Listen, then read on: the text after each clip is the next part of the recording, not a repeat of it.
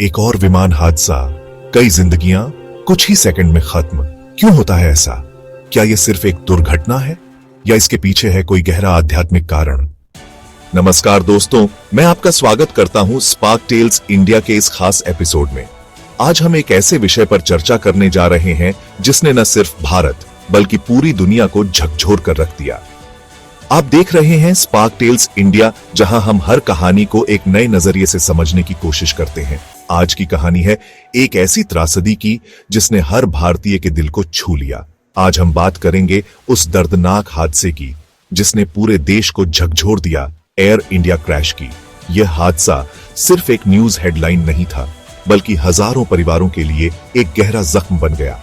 लेकिन इस बार हम सिर्फ न्यूज रिपोर्टिंग नहीं करेंगे, बल्कि जानने की कोशिश करेंगे इस घटना के पीछे छिपा आध्यात्मिक रहस्य क्या है।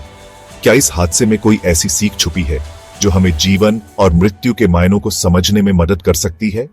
चलिए इस रहस्यमयी सफर की शुरुआत करते हैं। प्रेमानंद महाराज जी कहते हैं, जो भी इस धरती पर घटता है वो हमारे अपने कर्मों का ही फल होता है।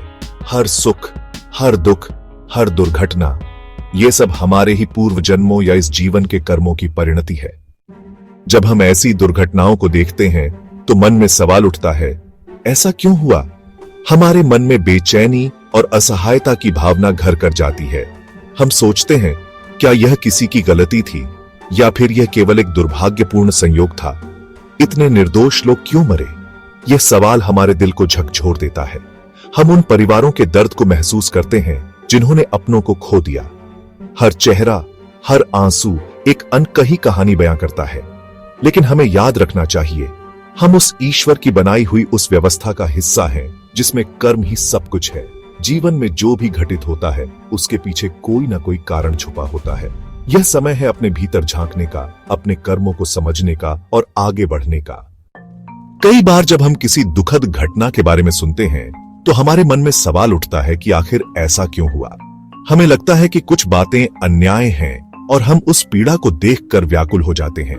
लेकिन अगर हम गहराई से सोचें तो समझ आता है कि हर आत्मा का एक अपना सफर होता है। जिस आत्मा ने यह शरीर छोड़ा उसका कर्मफल शायद अब पूरा हो चुका था, या फिर उसकी यात्रा किसी नए मोड़ पर पहुंच गई थी। कभी कभी यह भी संभव है कि वह आत्मा अब किसी बड़े मोक्ष की ओर अग्रसर हो चुकी है, जहां उसे शांति और मुक्ति मिलती है। जीवन और मृत्यु के इस चक्र में हर आत्मा को अपने कर्मों का फल मिलता है।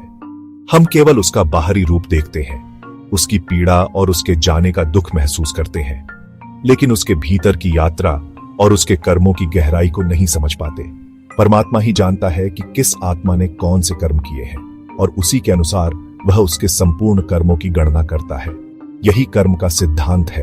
हर आत्मा को उसके कर्मों का फल अवश्य मिलता है, चाहे वह हमें दिखे या न दिखे। इसलिए दोस्तों, ये सिर्फ एक विमान हादसा नहीं है, ये एक संकेत है हमें अपने कर्मों को सुधारने का। जिन्होंने इस हादसे में अपने प्रियजनों को खोया है, उनके लिए हम प्रार्थना करते हैं, परमात्मा उन्हें शक्ति दे और दिवंगत आत्माओं को शांति। महाराज जी कहते हैं, जो हुआ वो ठीक हुआ, जो हो रहा है वो भी ठीक है, और जो होगा वो भी ठीक ही होगा। बस अपने कर्म सुधारो, शांति तुम्हारे पास खुद चलकर आएगी।